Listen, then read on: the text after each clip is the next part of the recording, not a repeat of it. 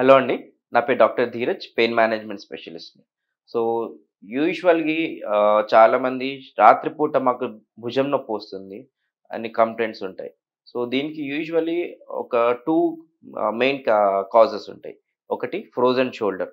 అంటే joint stuck అయిపోయి movement కూడా ఆస్కారం ఉండదు. ఇంకొకటి సూపర్ స్పైనటస్ టెండినోపతి. ఈ సూపర్ స్పైనటస్ అనేది రొటేటర్ కఫ్. అంటే షోల్డర్ మూవ్‌మెంట్స్‌లో తోడ్పడుతుంటుంది. ఎప్పుడైతే ఈ టెండన్ ఇన్సెషన్ పార్ట్‌లో మనకి వాపు రావడం అంటే టెండినోపతి ఆర్ టెండినైటిస్ అయితే ఈ మూవ్‌మెంట్స్ చేస్తుంటే పెయిన్ ఇంకా అగ్రవేట్ అవుతూ ఉంటుంది.